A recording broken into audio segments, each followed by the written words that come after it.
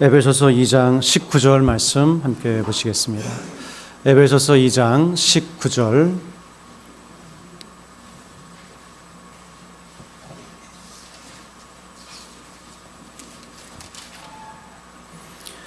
에베소서 2장 19절 말씀 우리 함께 읽도록 하겠습니다.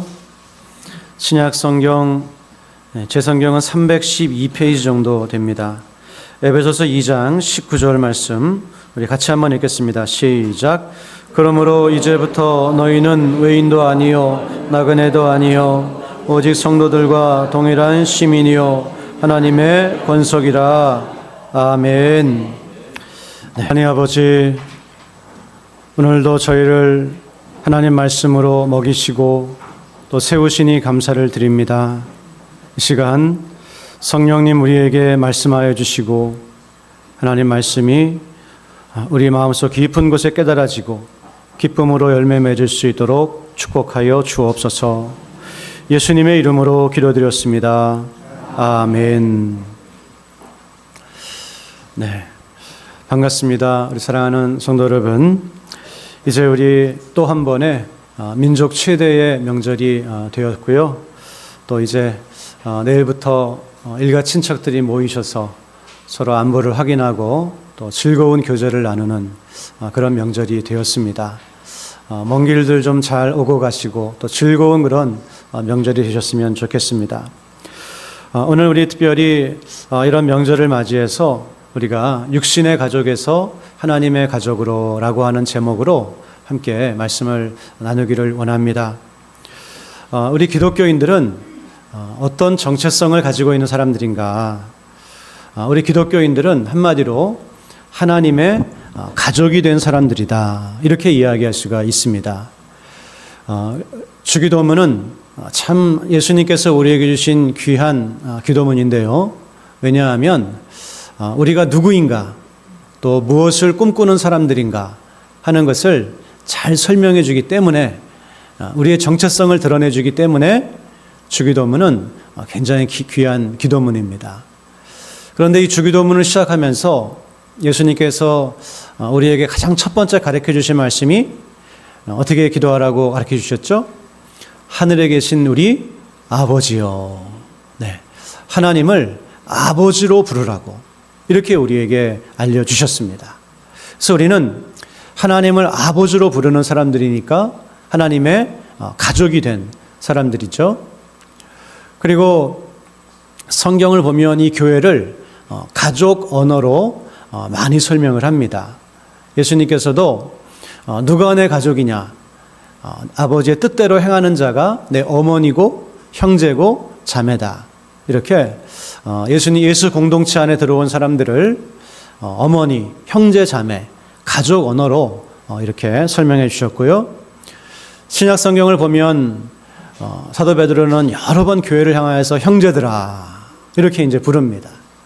또 여인들을 향하여서는 자매, 주 안에서 사랑하는 자매 베베 집사라고 이렇게 자매라고 부르기도 하고, 사실은 우리가 교회 안에서 직분을 부르기도 하지만 그 형제님, 자매님 이런 호칭도 참 좋은 것 같아요. 왜냐하면 성경적이고 또 우리가 하나님과 어떤 관계에 있는지, 서로가 어떤 관계에 있는지를 잘 드러내주기 때문에 이런 표현들도 참 좋은 것 같습니다. 그런데 이처럼 우리는 하나님의 가족이 된, 하나님을 아버지로 부르는 그런 사람들이 된 것이죠. 성경은 이 아버지 집이라고 하는 그런 표현이 좀 많이 나오는데요. 이 말씀을 좀 잠깐 설명을 드리면, 예수님께서도 요한복음 14장에 보게 되면 너희는 마음에 근심하지 말라, 하나님을 믿으니 또 나를 믿으라. 내 아버지 집에 거할 곳이 많도다. 그렇지 않으면 너희에게 일렀으리라. 내가 너희를 위하여 거처를 예비하러 가노니. 네, 이렇게 예수님께서 이제 가실 것을, 십자가를 통해서 죽으시고 부활하시고 승천하실 것을 말씀하시면서 그것을 아버지 집에 거할 곳이 많고 너희들도 이 아버지 집에 오게 하기 위해서 내가 거처를 예비하러 간다. 이렇게 이제 말씀을 하시는 거죠. 그래서 우리는 아버지 집 하니까 우리식으로 생각을 해서 어떻게 생각하죠? 또 건물을 이렇게 생각을 합니다. 또 예수님 거처를 예비하러 가신다고 그랬으니까 좀 집을 좀 늘리려고 하시나, 아니면 또 수고한 우리를 위해서 좋은 그런 아파트를 하나 준비해 주려고 하시나. 하지만 아버지 집이라고 하는 개념은 그런 것이 아니죠. 신구약을 통해서 아버지 집이라고 하는 표현이 한 70번 이상 등장을 합니다. 그런데 건물을 가리키는 표현으로 사용된 것은 거의 없어요. 오히려 아버지 집이라고 할 때는 가족을 말하는 경우가 많습니다. 그래서 한 가족을 말하기도 하고요, 또 족속을 말하기도 하고요. 이렇게 하나의 공동체, 가정, 가족, 족속, 이거를 바로 아버지 집이라고 하는 거예요. 특별히 아버지 집이라고 할 때는 아버지가 아버지 역할을 해주는 그런 가족으로서의 공동체를 강조합니다. 아버지가 뭘 하죠? 그 가족을 보호합니다.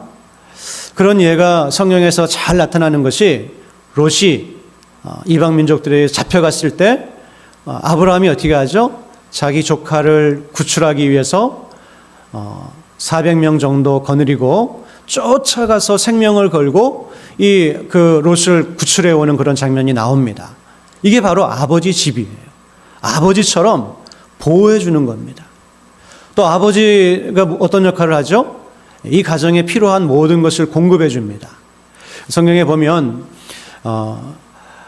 하나님께서 공중의 새도 먹이시고 백합화도 다 입히시는데 하물며 하늘에 계신 너희 아버지께서 너희에게 필요한 것을 주시지 않겠느냐, 이렇게 말씀하세요. 그게 바로 아버지 집이에요. 그리고 또 아버지 집은 보호하고 공급하고 모든 것을 세밀하게 돌봅니다, 아버지가. 그래서 참새 한 마리가 떨어지는 것도 하나님의 아버지의 뜻이 아니면 떨어지지 않는다, 그렇게 말씀하는 거예요. 그래서 여러분, 무슨 말씀을 드리고 있는가 하면 바로 성경은 우리 믿는 사람들을 가리켜서 하나님의 가족이 된 사람들이다. 그리고 하나님은 우리의 아버지로서 우리를 보호해 주시고 지금도 돌보고 계시고 공급하고 계시고 아버지 역할을 지금 우리를 위해서 해 주신다. 이와 같은 말씀을 성경이 말씀하고 있는 것이죠. 여러분, 인생을 살면서 때로 참 근심 걱정되는 일도 많고 하지만 하나님께서 나의 아버지로서 지금도 아버지는 여러분 가정을 어떻게 돌보시나요? 정말 최선을 다해서 돌보고 계시죠? 자식들을 위해서, 아내를 위해서, 여러분 가족을 위해서 정말 할 수 있는 노력을 다 하면서 돌보고 계시지 않습니까? 그것처럼 하나님께서 우리의 아버지로서 우리를 지금도 그렇게 돌보고 계시고 보호하고 계시고 공급하고 계신다고 하는 것을 꼭 기억하시기를 바랍니다. 그래서 눈에 보이는 것 때문에 너무 걱정하고 염려하지 마시고, 그래, 하나님이 나의 아버지가 되시고 우리 아버지로서 이렇게 나와 함께 하시는데 내가 왜 이렇게 걱정해야 되느냐, 내가 아버지를 믿고 나가겠다, 이런 믿음으로 여러분 담대한 마음을 가지고 사시기를 주님의 이름으로 간절히 축원합니다. 성경을 보면 그래서 이 아버지 집이라고 하는 것이 본토 친척 아버지의 집을 떠나라, 그렇게 말씀하시죠. 이 아버지 집, 건물을 떠나라고 하는 말씀이 아니에요. 그 가족을 떠나라, 속해 있던 족속을 떠나라, 그런 이제 말씀드리고 대부분의 용례가 그렇습니다. 그래서 우리는 하나님을 아버지로 이렇게 알고 그렇게 이제 살아가는 사람들이죠. 그래서 하나님을 아버지로 부르는 성도들의 축복을 누리면서 그런 안전한 상태 속에서 살아가고 있는 사람들이에요. 그리고 하나님께서 결국 인류의 역사를 완성하시면서 구원의 역사를 완성하시면서 하시고자 하시는 일이 무엇입니까? 지금 역사는 어떤 방향을 향하여서 나아가고 있나요? 그것은 바로 이제 우리가 하나님을 아버지로 모시는 그런 그 하나님의 가족이 완성되는 방향으로 역사는 나아가고 있다는 거예요. 성경을 보면 예수님께서 이 땅에 다시 오시는 때, 그래서 우리의 구원이 완성되는 때를 역시 가족 언어로서 이렇게 많이 설명해 주고 있는 것을 보게 돼요. 그래서 여러분, 대표적으로 우리 로마서 같은 경우에도 먼저 요한일서 같은 경우에도 요한일서 3장 2절 말씀을 한번 읽어드리면, 사랑하는 여러분, 이제 우리는 하나님의 자녀들입니다. 지금 우리는 하나님의 자녀들이라는 거예요. 주보에 없습니다. 제가 읽어드릴 테니까 들어보시죠. 지금 우리는 하나님의 자녀들입니다. 우리가 어떻게 될지는 아직 모르지만 그리스도께서 나타나시면 우리도 그분과 같이 될 것임을 우리는 압니다. 우리가 그분을 있는 모습 그대로 볼 것이기 때문입니다. 네. 하나님의 자녀들인 우리들은 지금 이 땅을 살아가면서 하나님이 공급해 주시고 보호해 주시고 돌보시는 그런 사랑 속에서 살아갑니다. 그런데 예수님께서 이 땅에 다시 오셔서 구원의 역사가 완성될 때에는 어떻게 된다고요? 예. 우리도 그분과 같이 될 것임을 우리는 압니다. 우리가 예수님처럼 된다는 거예요. 이것은 우리 많은 성도님들이 아시는 것처럼 우리의 몸이 부활함으로 말미암아 예수님처럼 영광스러운, 썩지 않고 죽지 않는 그런 몸으로 변화되게 될 것을 성경이 말씀해 주고 있는 그러한 내용이죠. 그런데 이렇게 우리가 예수님 다시 오시면 우리가 부활하게 될 것을 말씀하는데, 그 부활의 목적이 무엇인가? 로마서 8장 29절에는 또 이렇게 말씀하고 있습니다. 로마서 8장 29절 말씀해 보면, 로마서 8장 29절, 하나님께서는 미리 아신 사람들을 택하셔서 자기 아들의 형상과 같은 모습이 되도록 미리 정하셨으니, 하나님이 우리를 택하셨다는 거예요. 어떻게 택하셨나? 자기 아들의 형상과 같은 모습이 되도록 미리 정하셨으니. 세 번역으로 읽어드리는 겁니다. 무엇을 정하셨다고요? 우리도 예수님의 형상과 같은 모습이 되도록 미리 정하셨다. 이건 역시 신자가 부활을 통해서 예수님처럼 썩지 않고 또 죄 짓지 않고 또 부패하지 않는 부활의 몸으로 변화될 것을 말씀하시고 있는 거예요. 그러면 이렇게 우리가 부활하는 목적이 무엇인가? 굉장히 중요한 목적 한 가지를 말씀해 주고 있는데, 이것은 그 아들이 많은 형제 가운데서 맏아들이 되게 하시려는 것입니다. 자, 우리가 부활하는 목적이 뭐라고요? 맏아들, 예수님께서 많은 형제 중에서 맏아들이 되게 하시려는 것입니다. 다시 말해서 우리의 부활을 통해서 가족관계가 이제는 완성이 된다라고 하는 거예요. 하나님은 우리의 아버지시죠. 그리고 예수님은 맏아들이십니다. 그리고 예수님 우리의 형님이 되시고 오빠가 되시고, 그래서 이러한 완전한 가족관계가 이루어지게 될 것이다. 이거를 말씀하고 있는 거예요. 물론 우리가 지금 하나님의 자녀로서 은혜 가운데 살아갑니다. 하지만 완전한 가족은 아직 아니죠. 하나님 우리가 뵐 수 있는 얼굴을 뵙는 것도 아니고 정말 치밀하게 교제하는 그런 것도 아니고 아직은 완전한 가족이 되지 않았어요. 그러나 언제 완전한 가족으로 성취가 됩니까? 바로 예수님 다시 오시고 우리가 부활하게 될 때, 그때는 정말 맏아들이 되시고 형제와 자매가 되는 완전한 가족관계가 이루어지게 될 것이다. 성경이 이거를 말씀하고 있는 거예요.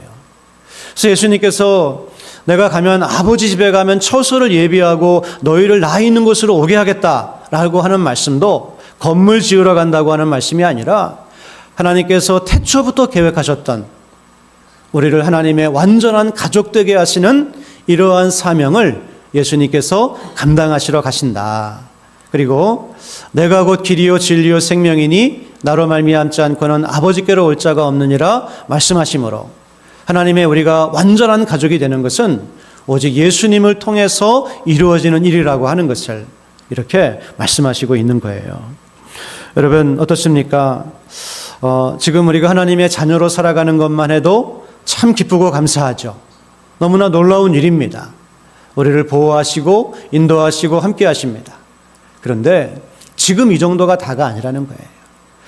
정말 하나님의 가족으로서 그 온전한 기쁨과 온전한 영광과 온전한 그 행복을 누릴 수 있는 날이 우리를 위해서 예비되어 있다라고 말씀하고 있습니다. 우리의 구원의 완성은 단순히 이 세상의 기쁨을 좀 더 누리게 되고 그냥 금은 보석이 충만하고 그런 데 초점이 있는 것이 아니라 우리가 하나님의 가족으로서의 누릴 수 있는 그 즐거움과 기쁨과 영광을 이제는 하나님을 얼굴과 얼굴을 마주 대하면서 온전하게 누릴 수 있는 그 즐거움, 그 행복, 그 영광이 우리를 위해서 예비되어 있다. 이 말씀이에요. 그래서 여러분, 성경은 한마디로 말씀을 드리면 어떤 책입니까? 하나님께서 죄인들을 자신의 가족으로 만드시는 이야기. 그래서 하나님의 큰 가족을, 우주적인 가족을 만들어 가시는 이야기가 성경의 이야기입니다. 이번에 명절이 되면 어떻습니까? 가족 만나면 참 너무나 기쁘고 행복하시겠죠? 혹시 가족이 좀 힘든 분이 계신가요? 죄로 인하여서 타락한 이 세상 속에서는 그럴 수가 있죠. 그래서 아담과 하와가 죄짓고 타락하고 난 이후에는 어땠어요? 이 여자 때문에 그랬어요. 그리고 가인은 아벨을 때려 죽이고, 이게 인간의 타락한 모습이 되었어요. 그래서 일본의 언어 작가는 그런 얘기를 했더라고요. 가족이라고 하는 존재는 아무도 보지 않으면 갖다가 내버리고 싶은 존재다. 그런 이야기를 했다 그래요. 그럴 수 있죠. 하지만 그래도 여러분, 가족 만나면 기쁘시죠? 온 가족이 모여서 교제하고 또 함께하고 그렇게 할 때 인생을 살아가면서 우리에게 그만큼 큰 기쁨은 별로 없는 것 같아요. 그런데 그것보다 비교할 수 없는 기쁨. 어떤 기쁨이라고요? 우리가 하나님의 가족으로서의 누릴 수 있는 그 영광과 복을, 기쁨을 온전히 누릴 수 있는 그 날이 우리를 위해서 지금도 예배되어 있음을 여러분 믿으시기를 바랍니다. 이 땅을 살면서도 하나님의 가족으로 누려야 되고, 또 성경에 보면 서로 어떻게 하라 그랬나요? 가족으로 우리가 서로를 대하라 그랬어요. 서로 권면하고 격려하라고 말씀합니다. 서로의 짐을 나누어 지라고 말씀합니다. 서로를 위해서 기도하라고 말씀합니다. 그래서 우리는 육신의 가족도 있지만 영적인 가족으로서 우리가 살아가는 사람들 아닙니까? 그래서 얼마나 이 가족도, 육신의 가족도 소중하지만 영적인 가족인 이 교회 역시 얼마나 소중해요. 너무나 소중하죠. 그런데 여러분, 이제 우리는 이렇게 육신의 가족도 중요하지만 하나님의 가족이 있다라고 하는 것, 이것을 기억해야 될 줄로 믿습니다. 그래서 새 하늘과 새 땅에서 부활한 몸으로 영원한 가족 관계로서 하나님 아버지를 모시고 살아가는 그 관계가 우리에게 있는 거예요. 그런데 우리가 이 하나님의 가족이라고 하는 영광과 기쁨을 상상하면 상상할수록, 믿음의 눈으로 바라보면 바라볼수록, 기뻐하고 즐거워하면 즐거워할수록 우리의 마음속에는 또한 어떤 마음이 있습니까?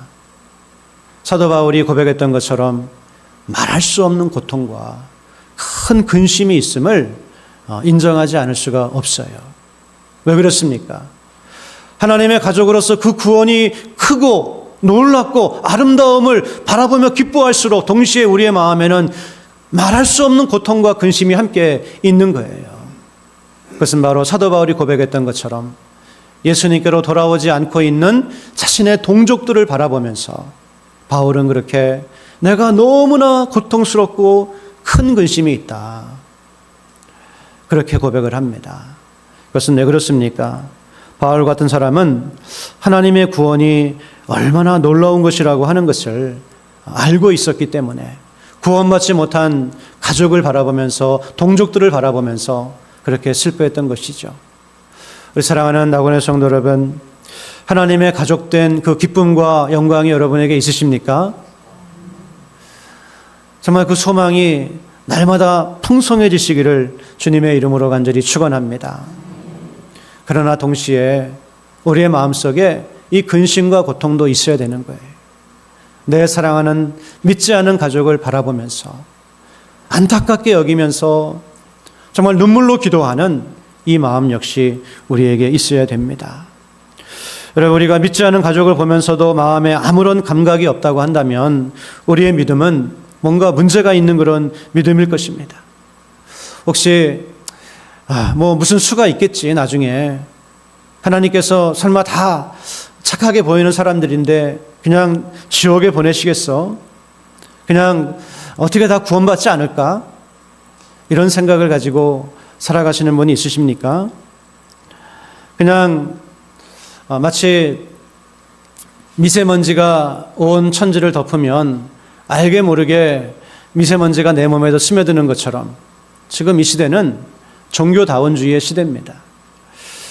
여기에만 구원이 있다 말하면 굉장히 혐오하는 그런 시대예요.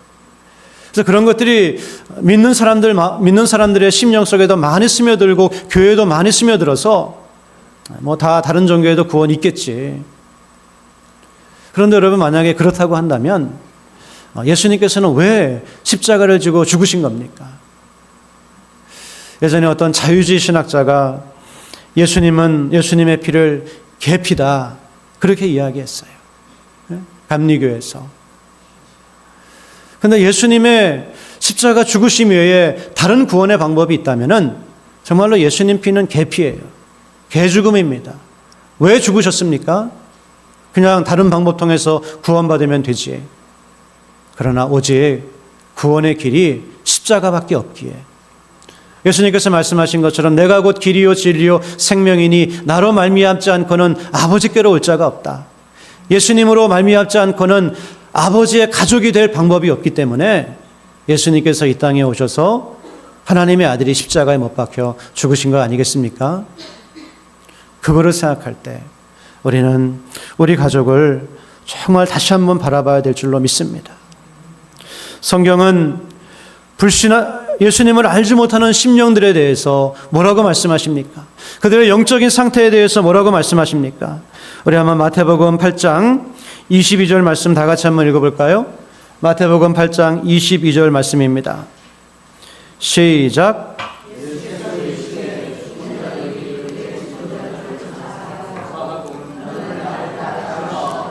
네, 죽은 자들이 그들의 죽은 자들을 장사하게 하고, 여기서 죽은 자들은 누구죠? 구원받지 못한 사람들 가리키는 거예요. 예수님께서 이들을 보실 때는 영적으로 죽어있는 사람들이다. 하나님과의 관계가 끊어진 그러한 심령들이다. 이렇게 말씀하시는 거예요. 또 에베소서 2장 1절 말씀 보면 그는 허물과 죄로 죽었던 너희를 살리셨도다. 또 에베소서 2장 2절 말씀 보게 되면 그때 너희는 그 가운데서 행하여 이 세상 풍조를 따르고 공중의 권세 잡은 자를 따랐으니, 공중의 권세 잡은 자를 따르고 있다. 그런 말씀, 마귀를 따르고 있다. 에베소서 2장 3절 말씀에서는 본질상 진노의 자녀이었더니 하나님의 진노 아래에 있는 영혼들이다 말씀하고 있습니다. 이 땅에서 영적으로 하나님과 단절된 상태로 마귀를 따르며 살다가 죽음 이후에는 어떤 운명들이 기다리고 있다 말씀합니까? 요한에서 3장 10절 말씀 보면 이러므로 요한계시록 20장 15절 말씀 보면 누구든지 생명책에 기록되지 못한 자는 불못에 던져지더라. 마태복음 25장 41절 말씀에 또 왼편에 있는 자들에게 이르시되 저주를 받은 자들아 나를 떠나 마귀와 그 사자들을 위하여 예비된 영원한 불에 들어가라. 구원받지 못한 영혼들에게 이러한 일이 기다리고 있다 말씀합니다. 물론 여기서 말씀하는 불못이나 영원한 불이 실제 불을 가리키는 것인지 구원받지 못한 영혼의 비참함에 대해서 비유적으로 말씀하고 있는지는 생각을 좀 해봐야 돼요. 그러나 이러한 심판이 기다리고 있다 말씀하고 있습니다. 여러분, 이 성경 말씀을 하나님의 말씀으로 믿으십니까? 그렇다고 한다면 내 사랑하는 육신의 가족이, 이 가족이 영적으로 죽어 있는 거예요. 공중의 권세 잡은 자를 따르고 있고 이 세상의 삶 이후에는 영원한 심판이 그들을 기다리고 있는 것입니다. 그렇다고 한다면, 이 말씀을 우리가 정말 믿는다고 한다면 내 사랑하는 가족을 그냥 평범하게 바라볼 수 있을까요? 이 말씀이 정말 참이라고 한다면, 하나님의 말씀이라고 한다면 아무런 고통 없이, 근심 없이 그냥 그들을 바라볼 수 있을까요? 그럴 수가 없는 것이죠.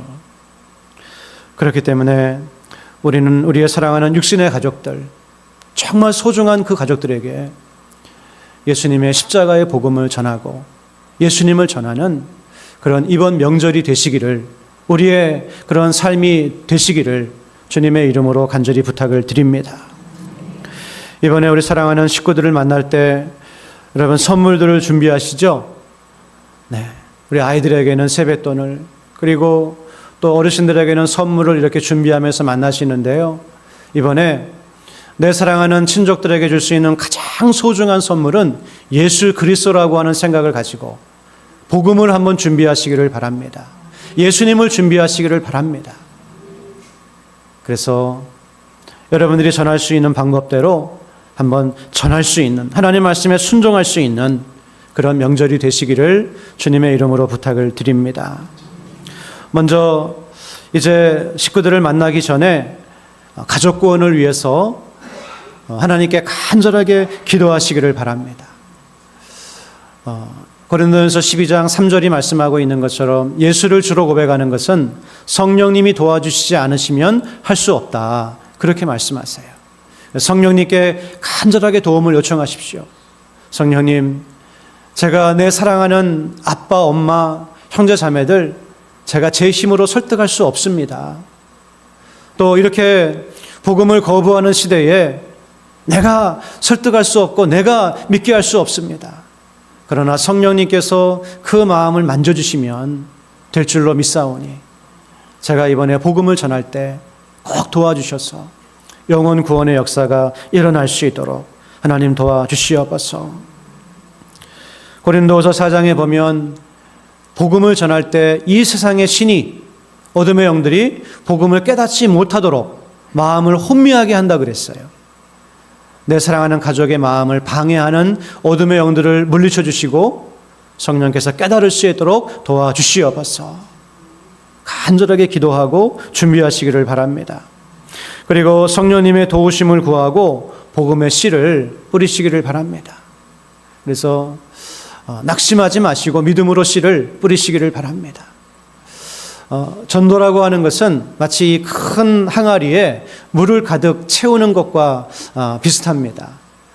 언제 이 전도가 이루어지는가 하면 물이 차고 넘치게 되면 전도가 된다라고 생각했을 때 우리가 열심히 이 항아리에 물을 채워야 되는 거예요. 그래서 전도는 협력 사역입니다.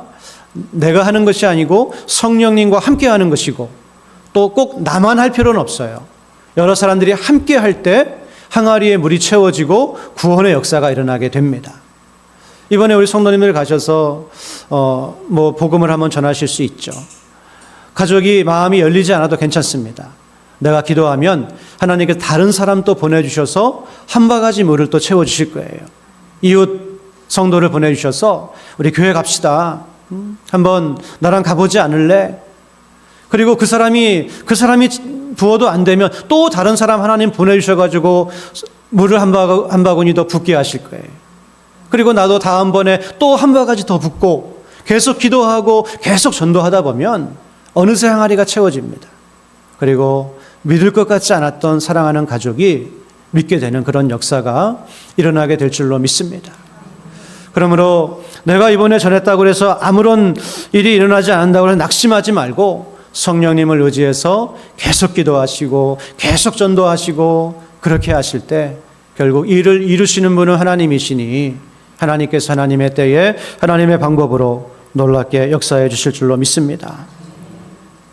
그리고 여러분, 이처럼 이렇게 정말 우리가 그들을 위해서 기도하고 이번에 가서 내가 물 한 바가지 붓는다라고 하는 그런 마음으로 복음을 전하고, 또 어떻게 해야 되겠습니까? 이번에 만날 때도 그냥 육신의 가족으로만 만나지 않으시기를 바랍니다. 전도자로서 만나시기를 바랍니다. 그래서 준비하셔야 되겠죠. 더 가서 섬기고 더 그리스도인으로서의 본을 보이고, 그리고 더 사랑하고 더 배려하고, 이런 모습으로 우리가 또 친척들을 만나는 그런 시간이 되어야 될 줄로 압니다. 여러분, 이번에 우리 인구가 3천만 명이 이동을 한다고 그러죠. 아마 우리나라를 3천만 명을 이동하게 하는 것은 전쟁 외에는 없을 것 같아요. 뭐가 3천만 명을 이동하게 하겠습니까? 근데 이 명절에 가족을 향한 사랑과 그리움 때문에 3천만 명이 움직이게 되는 거예요. 엄청난 그런 에너지가 지금 이 민족을 지금 휘감고 있는 겁니다. 그런데 이 에너지를, 가족을 향한 사랑과 그리움의 에너지를 우리가 영적인 에너지로 바꿀 수 있기를 주님의 이름으로 간절히 축원합니다. 그들을 위해서 기도하는 마음으로, 또 하나님께 맡기고 내가 해야 될 일을 내가 한다고 하는 마음으로, 결과는 하나님께 맡기는 그런 마음으로, 낙심하지 않고 계속하겠다고 하는 그런 마음으로 할 때에 이번에 분명히 우리 가족의 구원이 한 단계 더 전진하는 그러한 역사가 일어나게 될 줄로 믿습니다. 우리 다 80년대에 이산가족 찾기 기억하시나요? 우리 일부 예배 때 제가 질문했더니 아무도 모르더라고요. 청년들은 아무도 몰라요. 근데 어르신들은 다 기억하시죠? 난리가 났었죠. 그냥 막 헤어진 가족들이 끌어안고 그냥 눈물 흘리고, 그래서 보는 사람도 울지 않을 수 없는 그런 가족 상봉의 일이 있었어요. 여러분, 그렇게 헤어졌다 만난 것도 기쁜 일인데 우리가 주님 안에서 지금 육신의 가족에서 이제는 하나님의 가족으로 함께 만나게 된다고 한다면 얼마나 기쁘고 얼마나 감사한 일이겠습니까? 여러분, 우리가 그들이 우리의 육신의 가족에서 멈추고 하나님의 가족이 되지 못하면 나중에 우리가 다 이산가족 되는 거예요. 다 헤어지고 다시 만날 수 없는, 영원토록 헤어지는 그런 자리로 간다고 성경은 말씀하고 있습니다. 그러므로 우리가 이 일을 가볍게 생각해서는 안 돼요. 하나님, 우리 가족이 육신의 가족에서 이제 하나님의 가족으로 만나게 하여 주옵소서. 그래서 부활의 몸으로 저 새하늘과 새 땅에 하나님의 가족의 축복을 온전히 누리는 그 자리에 내 사랑하는 부모 형제가, 자식들이 함께 있게 하여 주옵소서. 소원을 가지고 기도하고 순종할 때 하나님이 도와주실 겁니다. 그리고 분명히 선한 열매들을 허락해 주실 겁니다. 그런 마음으로 이번 명절 승리하시기를 주님의 이름으로 간절히 축원합니다. 하나님 아버지, 예수님, 우리를 위해서, 우리를 아버지의 집으로 인도하시기 위해서,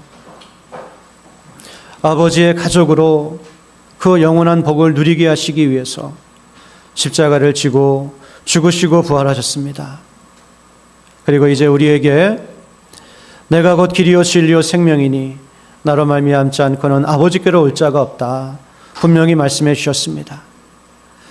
이 놀라운 하나님의 가족으로서의 복을 우리 육신의 모든 가족들도 누릴 수 있는 복을 허락하여 주옵소서. 우리는 그때까지 사도 바울이 가졌던 고통과 근심을 가지고, 거룩한 고통과 거룩한 근심을 가지고 기도하게 하여 주시고, 포기하지 않게 하여 주시고, 내가 할 수 있는 여러 가지 방법을 통해서 복음을 전하게 하여 주시고, 하나님의 선하신 손길에 사랑하는 가족을 맡기고 나아가게 하여 주옵소서.